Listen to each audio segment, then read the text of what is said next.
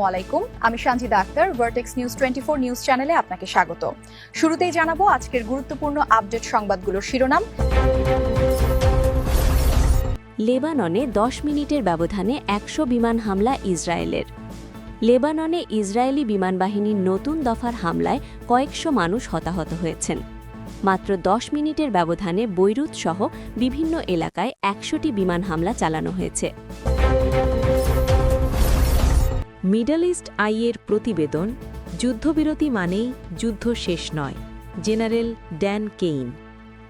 Iran ও মার্কিন যুক্তরাষ্ট্রের মধ্যে ঘোষিত যুদ্ধবিরতিকে কেবল একটি সাময়িক বিরতি হিসেবে অভিহিত করেছেন মার্কিন জয়েন্ট চিফস অব স্টাফের চেয়ারম্যান জেনারেল ড্যান কেইন।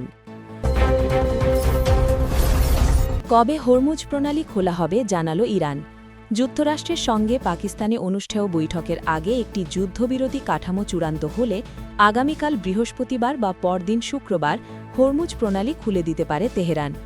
বার্তা সংস্থা রয়টার্সকে এ তথ্য জানিয়েছেন ইরানের একজন জ্যেষ্ঠ কর্মকর্তা। যুদ্ধের সময় ইরান হরমুজ প্রণালী বন্ধ করে দিলে বিশ্বজুড়ে তেল ও গ্যাসের বাজারে বড় ধরনের অস্থিরতা তৈরি হয়েছে। যুক্তরাষ্ট্রের সঙ্গে যুদ্ধবিরতি সমঝোতার অংশ হিসেবে তেহরান এই প্রণালী দিয়ে বাণিজ্যিক জাহাজগুলোর নিরাপদ চলাচলের অনুমতি দিতে সম্মত হয়েছে। যুদ্ধবিরতি লঙ্ঘন করে তেল শোধনাগারে হামলা, পাল্টা ক্ষেপণাস্ত্র নিক্ষেপ ইরানের। যুদ্ধবিরতির খবরের রেশ কাটতে না কাটতেই ইরানের লাভান তেল শোধনাগারে হামলার ঘটনা ঘটেছে। বুধবার 8 এপ্রিল সকালে এই হামলার ঘটনা ঘটে। National Iranian oil refining and distribution company এই হামলার খবর নিশ্চিত করেছে। ইরানের পুরো সভ্যতা মুছে ফেলার হুমকি ট্রাম্পের, যা বললেন পোপ। যুক্তরাষ্ট্র ও ইরানের মধ্যে যুদ্ধবিরতি কার্যকর হওয়ার কয়েক ঘণ্টা আগে পোপ চতুর্দশ লিও মার্কিন প্রেসিডেন্ট ট্রাম্পের বিরল সমালোচনা করেছেন। তিনি বলেছেন, ইরানের পুরো সভ্যতা মুছে ফেলার হুমকি দেওয়াটা সত্যিই অগ্রহণযোগ্য। খবর নিউ ইয়র্ক টাইমসের। এই ছিল আজকের গুরুত্বপূর্ণ আলোচিত সংবাদের শিরোনামগুলো। এখন বিস্তারিত সংবাদে আসছি, তবে তার আগে অনুরোধ রইল ভিডিওতে একটি লাইক দিয়ে চ্যানেলটি সাবস্ক্রাইব করুন এবং কমেন্টে জানিয়ে দিন আপনি কোন জায়গা বা কোন দেশ থেকে আমাদের সংবাদগুলো দেখছেন। লেবাননে 10 মিনিটের ব্যবধানে 100 বিমান হামলা ইসরায়েলের। লেবাননে ইসরায়েলি বিমানবাহিনীর নতুন দফার হামলায় কয়েকশো মানুষ হতাহত হয়েছেন। মাত্র 10 মিনিটের ব্যবধানে বৈরুত সহ বিভিন্ন এলাকায় 100টি বিমান হামলা চালানো হয়েছে। এর মধ্যে অনেক হামলা এমন সব এলাকায় চালানো হয়েছে যেসব এলাকাকে প্রথাগতভাবে হিজবুল্লাহর সঙ্গে সংশ্লিষ্ট বলে মনে করা হয় না। লেবাননের স্বাস্থ্যমন্ত্রী রাকান নাসেরুদ্দিন আল জাজিরাকে বলেন, বৈরুত ও অন্যান্য এলাকায় ইসরায়েলি বিমান হামলার ফলে হাসপাতালগুলোতে শহীদ ও আহতদের ভিড়ে নজিরবিহীন পরিস্থিতি তৈরি হয়েছে। লেবানন রেড ক্রস জানিয়েছে, তাদের 100টি অ্যাম্বুলেন্স বর্তমানে হামলার শিকার এলাকাগুলো থেকে আহত ব্যক্তিদের সরিয়ে নেওয়ার কাজ করছে। ইসরায়েলি হামলায় কয়েকশো মানুষ হতাহত হওয়ার ঘটনায় তীব্র প্রতিক্রিয়া জানিয়েছেন লেবাননের প্রেসিডেন্ট জোসেফ আউন। তিনি বলেছেন, এই হামলা সব ধরনের মানবিক মূল্যবোধ অবজ্ঞার ক্ষেত্রে ইসরায়েলের কালিমালিপ্ত রেকর্ডে নতুন মাত্রা যোগ করেছে। এক বিবৃতিতে আউন বলেন, এই বর্বর আগ্রাসন কোনো অধিকার মানে না এবং কোনো চুক্তি বা অঙ্গীকারের তোয়াক্কা করে না। দেশটি অর্থাৎ ইসরায়েল বারবার প্রমাণ করেছে আন্তর্জাতিক আইন ও রীতির প্রতি তাদের চরম অবজ্ঞা রয়েছে। মিডল ইস্ট আইয়ের প্রতিবেদন, যুদ্ধবিরতি মানেই যুদ্ধ শেষ নয়, জেনারেল ড্যান কেইন। ইরান ও মার্কিন যুক্তরাষ্ট্রের মধ্যে ঘোষিত যুদ্ধবিরতিকে কেবল একটি সাময়িক বিরতি হিসেবে অভিহিত করেছেন মার্কিন জয়েন্ট চিফস অব স্টাফের চেয়ারম্যান জেনারেল ড্যান কেইন। বুধবার 8 এপ্রিল মার্কিন যুদ্ধ সচিব পিট হেগসেথের সঙ্গে এক যৌথ সংবাদ সম্মেলনে তিনি হুঁশিয়ারি দিয়ে বলেন, প্রয়োজন হলে পুনরায় যুদ্ধ শুরু করার জন্য মার্কিন সেনারা পুরোপুরি প্রস্তুত রয়েছে। সংবাদ সম্মেলনে জেনারেল কেইন দাবি করেন, সাম্প্রতিক সংঘাতের সময় যুক্তরাষ্ট্র ইরানের অভ্যন্তরে 13,000-এরও বেশি লক্ষ্যবস্তুতে সফলভাবে আঘাত হেনেছে। মার্কিন গোয়েন্দা ও সামরিক তথ্যের বরাত দিয়ে তিনি জানান, ইরানের আকাশ প্রতিরক্ষা ব্যবস্থার প্রায় 80% ইতোমধ্যেই ধ্বংস করা হয়েছে। দেশটির নৌবহর এবং অস্ত্র কারখানার ৯০%-এরও বেশি বর্তমানে অকেজো বলে উল্লেখ করেন তিনি। জেনারেল কেইন আত্মবিশ্বাসের সঙ্গে বলেন, ইরানের পক্ষে তাদের প্রধান নৌযুদ্ধ জাহাজগুলো পুনরায় তৈরি বা সচল করতে এখন কয়েক বছর সময় লেগে যাবে। এছাড়া যুদ্ধবিরতি চললেও মার্কিন সামরিক কৌশলে কোনো শিথিলতা নেই বলে স্পষ্ট জানিয়েছেন এই মার্কিন জেনারেল। তিনি বলেন, আমাদের সেনারা প্রস্তুত রয়েছে। যদি আদেশ আসে তবে যে কোনো মুহূর্তে আমরা পুনরায় কমব্যাট অপারেশন বা সরাসরি যুদ্ধ শুরু করতে সক্ষম।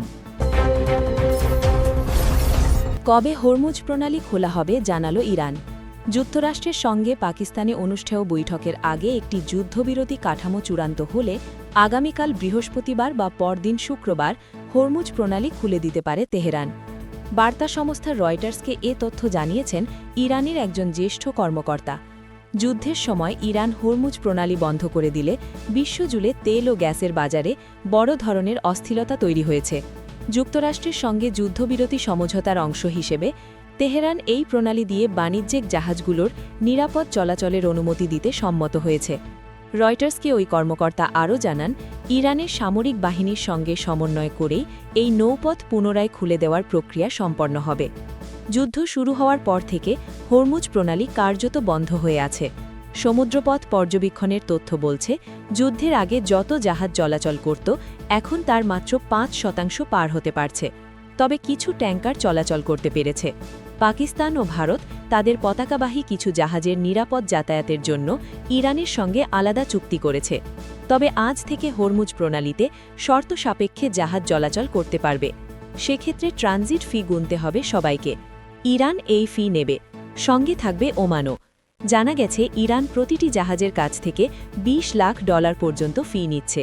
তবে কোনো জাহাজ মালিক এই ফি দিয়েছেন কিনা তা এখনও স্পষ্ট নয়। যুদ্ধবিরতি লঙ্ঘন করে তেল শোধনাগারে হামলা, পাল্টা ক্ষেপণাস্ত্র নিক্ষেপ ইরানের। যুদ্ধবিরতির খবরের রেশ কাটতে না কাটতেই ইরানের লাভান তেল শোধনাগারে হামলার ঘটনা ঘটেছে। বুধবার ৮ এপ্রিল সকালে এই হামলার ঘটনা ঘটে। National Iranian oil refining and distribution company এই হামলার খবর নিশ্চিত করেছে। এই ঘটনায় যুক্তরাষ্ট্র ইসরায়েলের বিরুদ্ধে যুদ্ধবিরতি লঙ্ঘনের অভিযোগ তুলেছে তেহরান। এর প্রতিক্রিয়ায় সংযুক্ত আরব আমিরাত ও কুয়েতের বিভিন্ন লক্ষ্যবস্তুতে পাল্টা ক্ষেপণাস্ত্র ও ড্রোন হামলা চালিয়েছে Iran. National Iranian oil refining and distribution কোম্পানির সরকারি বিবৃতিতে জানানো হয়েছে, স্থানীয় সময় বুধবার সকাল 10টা নাগাদ লাভান দ্বীপের শোধনাগার স্থাপনাগুলোতে বেশ কয়েকটি বিস্ফোরণ ঘটে। হামলার পরপরই নিরাপত্তা এবং অগ্নি নির্বাপক দল দ্রুত ঘটনাস্থলে পৌঁছে আগুন নিয়ন্ত্রণে আনতে এবং অবকাঠামো রক্ষায় কাজ শুরু করে। কর্তৃপক্ষ জানিয়েছে, সময়মতো কর্মীদের সরিয়ে নেওয়ার ফলে এখন পর্যন্ত কোনো প্রাণহানির খবর পাওয়া যায়নি।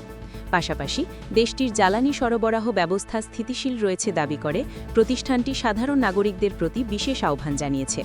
বিবৃতিতে বলা হয়, আমরা প্রিয় দেশবাসীকে অপ্রয়োজনীয় ভ্রমণ পরিহার, গণপরিবহন ব্যবহার এবং জ্বালানি সাশ্রয় করে এই শিল্পকে সহায়তা করার অনুরোধ জানাচ্ছি। লাভান দ্বীপে হামলার প্রতিবাদে ইরান তাৎক্ষণিক প্রতিক্রিয়া হিসেবে তাদের রাষ্ট্রীয় গণমাধ্যম Islamic Republic of Iran broadcasting IRIB সংবাদ টিকারের মাধ্যমে জানায় যে সংযুক্ত আরব আমিরাত এবং কুয়েতে একযোগে ক্ষেপণাস্ত্র ও ড্রোন হামলা চালানো হয়েছে। স্থানীয় সূত্রের বরাত দিয়ে প্রতিবেদনে বলা হয়েছে, লাভান দ্বীপে হামলার 1 ঘণ্টার মধ্যেই ইরান এই পাল্টাপাল্টি অভিযান শুরু করে। যদিও এই হামলায় নির্দিষ্ট লক্ষ্যবস্তু বা ক্ষয়ক্ষতির বিস্তারিত বিবরণ এখনও স্পষ্টভাবে জানা যায়নি, তবে এই ঘটনা মধ্যপ্রাচ্যের আঞ্চলিক উত্তেজনাকে এক নতুন ও বিপজ্জনক মাত্রায় নিয়ে গেছে। এর আগে মঙ্গলবার 7 এপ্রিল মার্কিন প্রেসিডেন্ট ডোনাল্ড ট্রাম্প ইরানের সঙ্গে 2 সপ্তাহের যুদ্ধবিরতি ঘোষণা করেন। তিনি জানান, আলোচনার জন্য ইরান একটি কার্যকর 10 দফা প্রস্তাব পেশ করেছে। ট্রাম্পের দেওয়া চূড়ান্ত সময়সীমা শেষ হওয়ার মাত্র 2 ঘণ্টা আগে এই যুদ্ধবিরতির ঘোষণা আসে। ইরানের পুরো সভ্যতা মুছে ফেলার হুমকি ট্রাম্পের, যা বললেন পোপ। যুক্তরাষ্ট্র ও ইরানের মধ্যে যুদ্ধবিরতি কার্যকর হওয়ার কয়েক ঘণ্টা আগে পোপ চতুর্দশ লিও মার্কিন প্রেসিডেন্ট ট্রাম্পের বিরল সমালোচনা করেছেন। তিনি বলেছেন, ইরানের পুরো সভ্যতা মুছে ফেলার হুমকি দেওয়াটা সত্যিই অগ্রহণযোগ্য। খবর নিউ ইয়র্ক টাইমসের। মঙ্গলবার পোপ সরাসরি প্রেসিডেন্টের নাম উল্লেখ না করলেও কাকে ইঙ্গিত করছেন তা ছিল স্পষ্ট।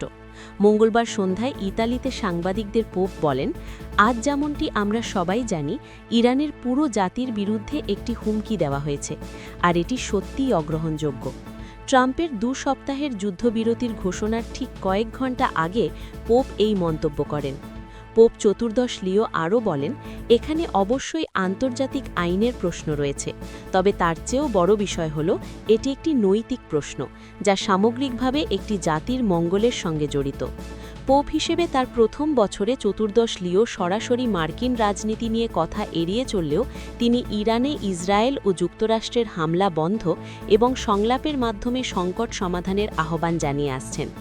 ট্রাম্প প্রশাসনের কেউ কেউ এই যুদ্ধকে খ্রিস্টীয় দৃষ্টিভঙ্গিতে ব্যাখ্যা করার যে চেষ্টা চালিয়েছিলেন, পোপ তাও দৃঢ়ভাবে প্রত্যাখ্যান করেছেন। গত মার্চে মার্কিন প্রতিরক্ষামন্ত্রী পিট হেগসেথ মার্কিনদের প্রতি যীশু খ্রিস্টের নামে যুদ্ধে জয় ও সৈনিকদের নিরাপত্তার জন্য প্রার্থনা করার আহ্বান জানিয়েছেন। এরপরই পোপ যুদ্ধের জন্য যীশুর নাম ব্যবহার না করার বিষয় সতর্ক করে বলেন, যীশু যারা যুদ্ধ করে তাদের প্রার্থনা শোনেন না, বরং তা প্রত্যাখ্যান করেন। গত সপ্তাহে ইস্টার পূর্ববর্তী এক বিশেষ প্রার্থনায় লিও বলেছিলেন, খ্রিস্টীয় আদর্শকে আধিপত্য বিস্তারের আকাঙ্ক্ষা দিয়ে বিকৃত করা হয়েছে, যা যীশুখ্রিস্টের পথের সম্পূর্ণ পরিপন্থী। এরপর ইস্টারে গত রোববার পোপ আবারও শান্তির আহ্বান জানান।